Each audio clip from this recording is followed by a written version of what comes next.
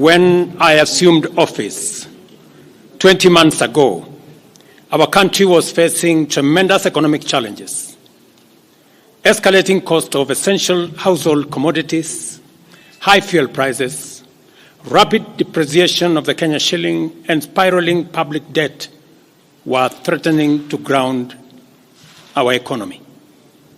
My administration has worked hard and consistently so that today the prices of essential commodities like unga have dropped from 240 shillings for a 2-kilogram packet to Kenya shillings 100, majorly attributed to our fertilizer subsidy program, the resilience of our farmers, and good rains that were given to us by God. During the period, we reduced the price of fertilizer also from 7,500 to 2,500. Petrol prices have come down from a high of 217 to now 187 a litre. The shilling has strengthened against the dollar from a high of 165 to now 127, 128.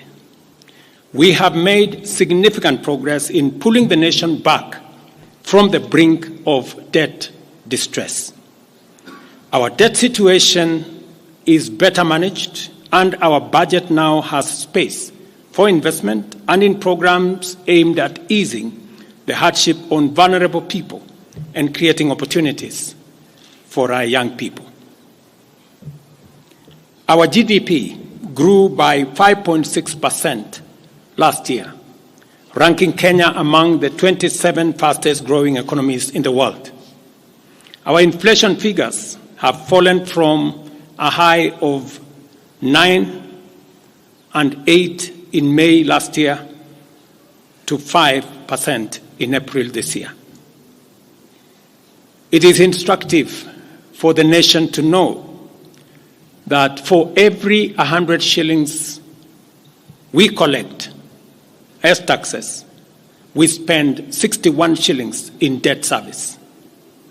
We have paid Kenya's Eurobond debt that was borrowed in 2014 of $2 billion that has been hanging around our neck. We paid the last installment of $500 million last week. Today, Kenya's debt burden is much less, more sustainable, and we are on course to redeem our country from the discomfort of debt and assert our sovereignty. Early this year, Treasury had proposed a budget of 4.18 trillion. I did direct that it be reduced by 200 billion to come down to 3.99 trillion.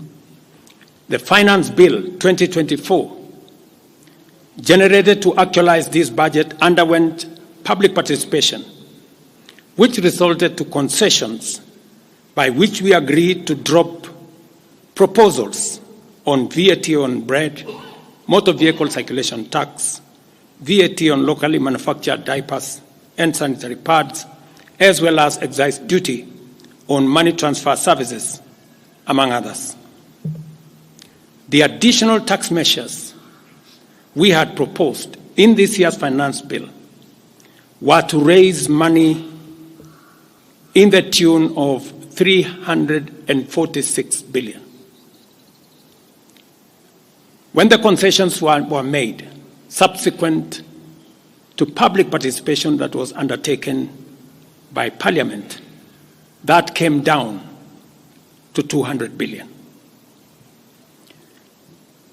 I had made this proposal taking into account our situation and the priorities that are there. I want to thank the members of Parliament seated behind me and those who voted yes for identifying the priority areas of our nation.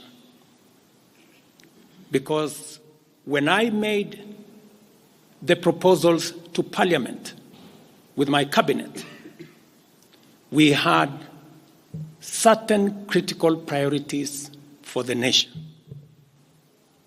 Number one is our agriculture. We did make recommendation, and part of the money we were going to raise from the finance bill was 10 billion shillings that will go to fertilizer subsidy, 18 billion shillings that would go to making sure that junior secondary school teachers, 46,000 of them would be confirmed on permanent and pensionable basis. We are very clear in our minds that education, being the greatest equalizer, no child in Kenya should go to a school where there is no teacher or where there are no adequate teachers. It is because of that reason that in this finance bill also, we had committed to hire an extra 20,000 teachers. We also had envisioned, because of the program of last mile connectivity to homes, especially in rural areas, we had committed 14.5 billion shillings, 50 million for every constituency for the last mile connectivity. Because we realize that there are many people who today cannot go to hospital because they cannot afford, because they have no health insurance.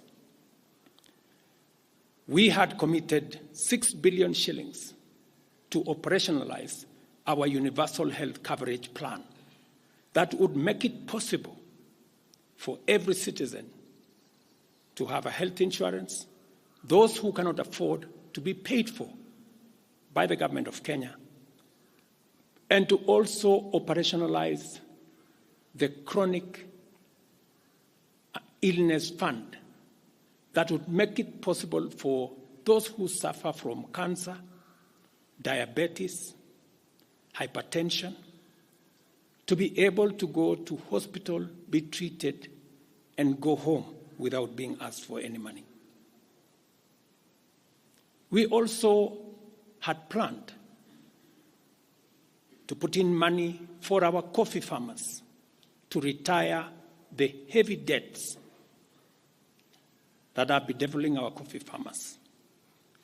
We also had allocated money for our sugarcane farmers to make sure that our sugarcane farmers get out of the debts that they're in.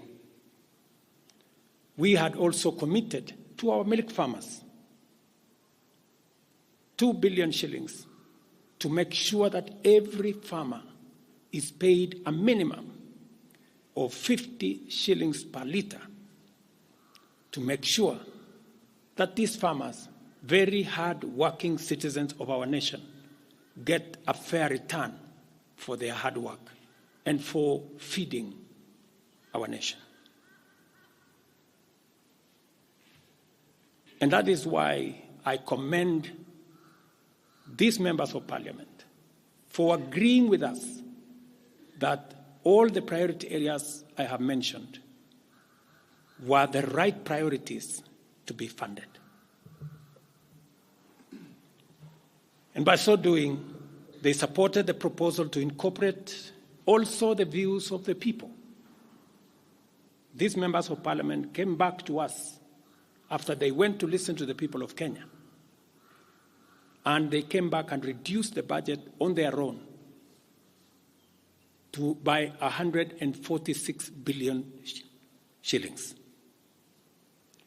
Notwithstanding all these concessions, it has become evident that members of the public still insist on the need for us to make more concessions. And because I run a government, but I also lead people, and the people have spoken,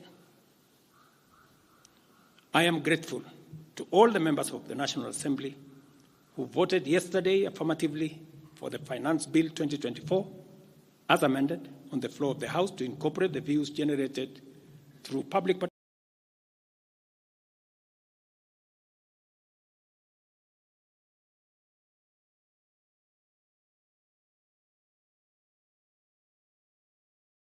To the people of Kenya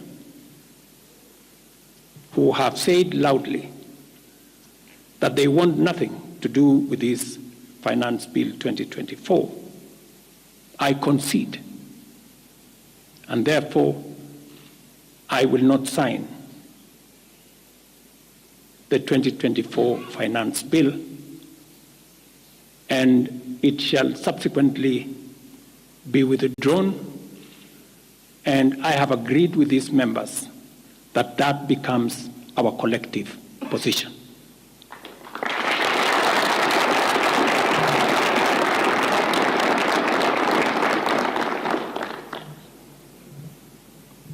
Accordingly,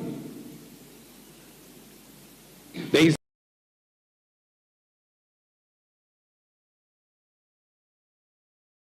need for us as a nation to pick up from here and go into the future. And I am therefore proposing that because we have gotten rid of the Finance Bill 2024, it is necessary for us to have a conversation as a nation going forward. How do we manage the affairs of the country together? How do we manage our debt situation together?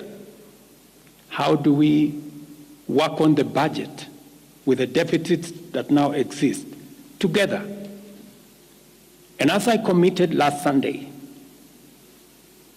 I will be proposing an engagement with the young people of our nation,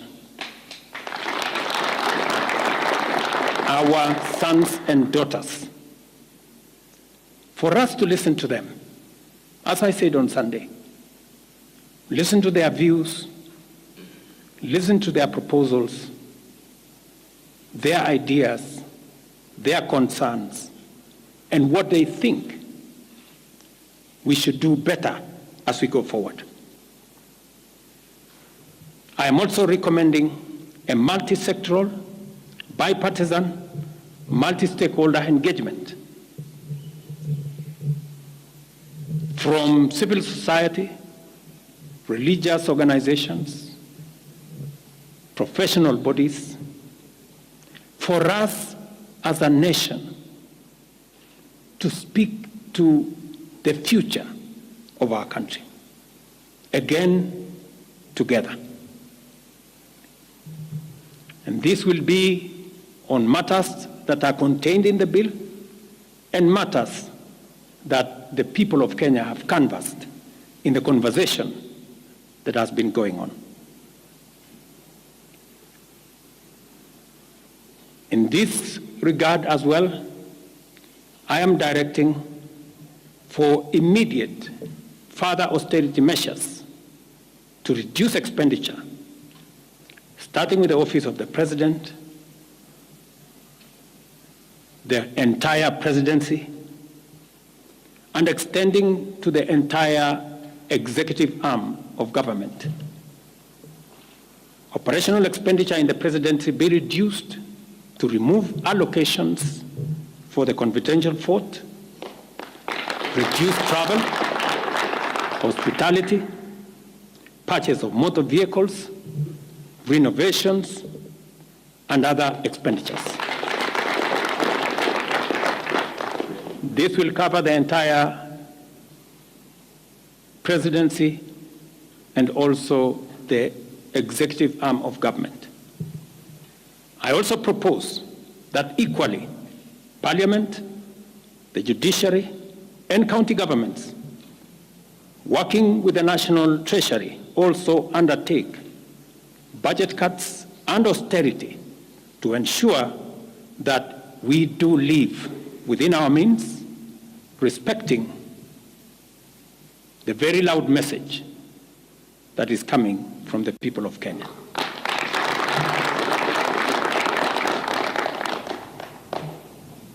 And let me confirm that I have discussed with many stakeholders. I will be meeting some of them shortly after this meeting on charting a way forward that makes sure that we carry the whole nation in this very important journey as we go into the future as a country. Let me also confirm that as we deal with austerity, the loud message on dealing firmly, decisively, and expeditiously with corruption is a matter that we have discussed and we have agreed that it will take the front burner as we go into the future. We will continue to do this and carry out this very important conversation. And I want to remind us that we should proceed within the foundational principles upon which our nation is founded, namely constitutionalism, adherence to the rule of law, and respect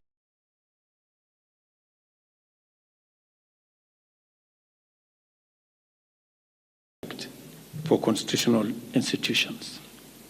We must continue to operate within the parameters of the law. I thank you.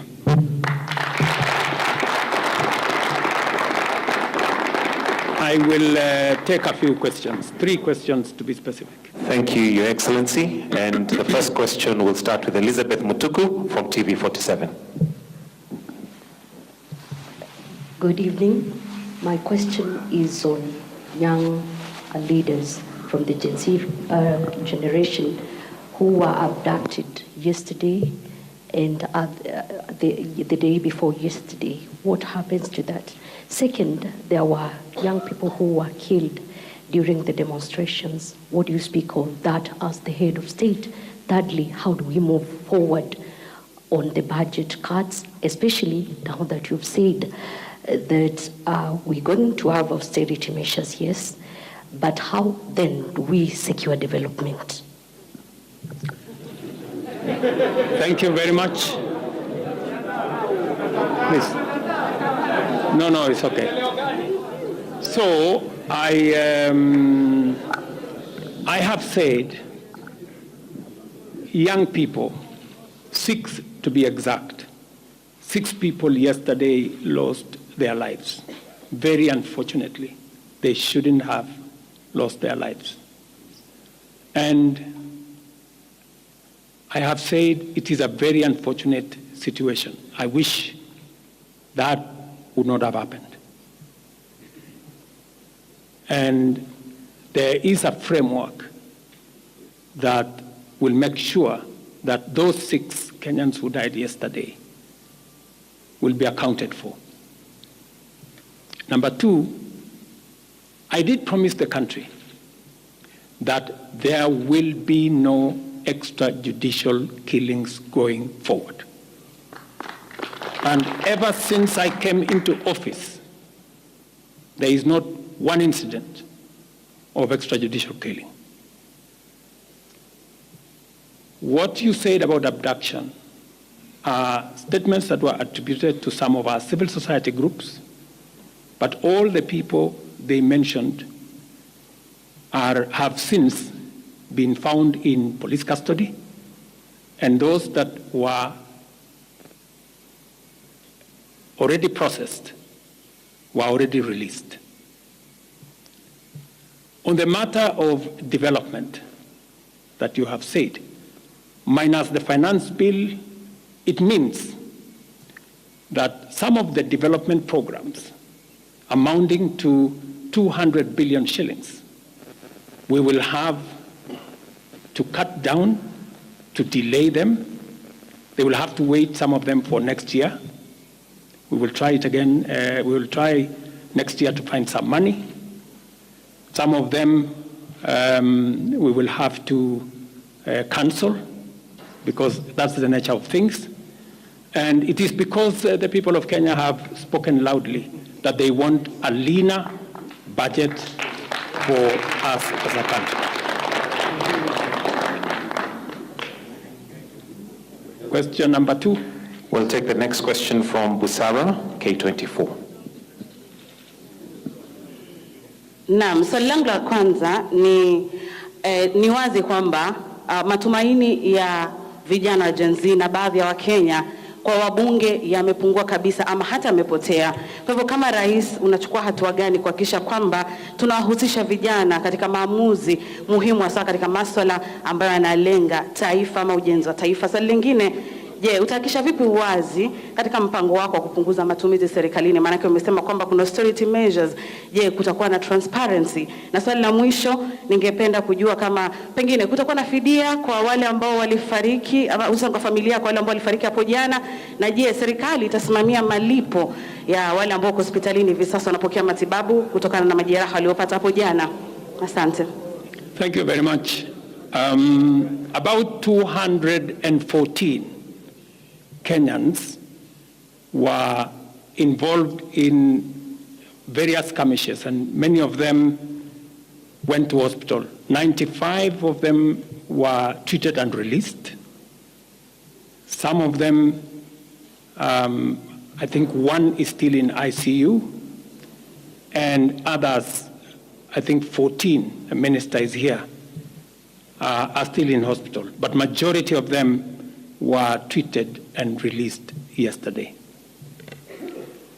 As I have told you, on those who lost their lives, there will be a mechanism of how they will be accounted for. On the young people whom you have said, how do we listen to them? Let me say the following. Number one, I did make a very clear, determined program to create opportunities for young people to work. It was in our manifesto. It is in my plan. As I talk to you, 3 of the programs are going on. The housing program today has 160,000 young people working as engineers, as architects, as quantity surveyors, plumbers, masons, carpenters, artisans, transporters, accountants. We have 160,000 young people working, because I did take the decision that if we don't deal with millions of young people out of school, out of college, who have certificates and they don't have jobs, they will soon become a very big challenge for us as a country, as we are witnessing at the moment. All the young people you see, they are looking for opportunity. They are looking for jobs. And that is why our housing program, once it is fully rolled out, we will have a minimum of 500,000 young people working in our housing program. Number 2, I have been very clear on making sure that additional to our housing program is our digital infrastructure, the digital superhighway, the digital hubs, and the whole ecosystem of what we are doing in creating digital jobs. I was in Ruiru with Honorable Kingara, who's right there, not more than a month and a half ago, launching a hub that will hire 4,500 young people under CCI. In this budget, we had added 10 billion shillings to CDF for them to be able to construct ICT hubs in each ward in the Republic of Kenya. That would give opportunities for 200 to 300 young people in every ward to access internet, to be trained, to have a hub, and to monetize their digital skills. We will still find another way of implementing this plan, even if we have to cut back on CDF, if that is what is going to happen. Again, because we believe that young people deserve opportunity. As I talk to you, we've just concluded 3 bilateral agreements, one of them with Germany, on export of labor. Because we have negotiated with many countries who are interested in the high skills of Kenyan labor. And we have an ecosystem, we now have a plan on how we are going to make sure that the young people in Kenya get opportunities to work either in Kenya or outside Kenya. In fact, just last week, I saw on the headlines of one of the dailies, there was a gentleman from my village. He was put on the headline. And he said he operated from where I used to operate, selling chicken. That's why they put him in the headline. And his complaint was, you see, the president has not done well because in this village, many people are going to look for jobs outside Kenya. That gentleman did not know that those people in our village that have gone to Saudi Arabia or UAE, I am the one who supported the program for them to go as part of the export of labor. So he thought that those people were going away because there were no jobs in Kenya. But it is part of this plan I have kept on talking about, because I think it was called Misoy or somebody. If you go and check the headline, I think of last week, Thursday or Friday, he was there. He didn't know, the good young man, that I think we have almost 500 or 400 and something people around that village that have actually gotten jobs outside Kenya. And they are changing that village. And that is actually an admission by that gentleman that our plan on export of labor is working. And number 2, that when we committed ourselves to making sure that we create opportunities for young people to work, we meant it. So we have a program on housing, we have a program on digital jobs, we have a program on export of labor, we have a program on the whole manufacturing sector. Let me give you another example. Now I'm talking this as a leader. We deliberately, last year, said we cannot continue to import products that we can manufacture in Kenya. One of them was clinker, cement, furniture, steel. What has happened the last 1 year? Very many, in fact 5 to be specific, companies have sought licenses in Kenya to do clinker, to do cement. And last year, because of what we did, we reduced the import of clinker by 95%. We saved foreign exchange, We created jobs locally. I was in West Pokot with my Minister for Industrialization. I'm sure the members of West Pokot, they are here. They were there with me in West Pokot, opening a clinker factory that now hires 2,500 young Kenyans, with another almost 2,000 as drivers, support staff.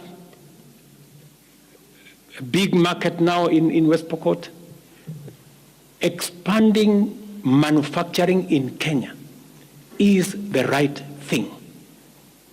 And it is the reason why some of our policy interventions on matters like imported stuff that are being manufactured in Kenya. For example, we have said substandard, low quality imported sanitary pads from China and other places. How can they come into Kenya when we have 10 companies in Kenya hiring Kenyan young people? How can they come and compete here? All the products that we are manufacturing locally, we must protect our local industries so that they create jobs locally, so that they create opportunities locally. In this finance bill, you will also see that we have imposed duty on potatoes from Europe. Surely, how can we continue importing potatoes from Europe? And we have farmers right here in Kirinyaga. We have farmers right here in Nyandarua, in Molo, in Timau. How can we justify? How can anybody take offense that we have imposed duty on imported potatoes? We have put duty on imported eggs, on imported onions, because we must protect our local farmers. Every country does that. Every country does that. I was negotiating with the Prime Minister of India because they are imposing duty on our avocados. I was in Korea negotiating with the government of Korea because they are imposing duty on our tea, on our coffee, and on our macadamia, including our avocados. Every country does that to protect their market, unless there is a mutual agreement. So these are amongst the things we are doing to make sure that we grow our local manufacturing, create local jobs, create local wealth. That is how we are going to move forward as a country. We cannot continue to be a supermarket for other people's factories.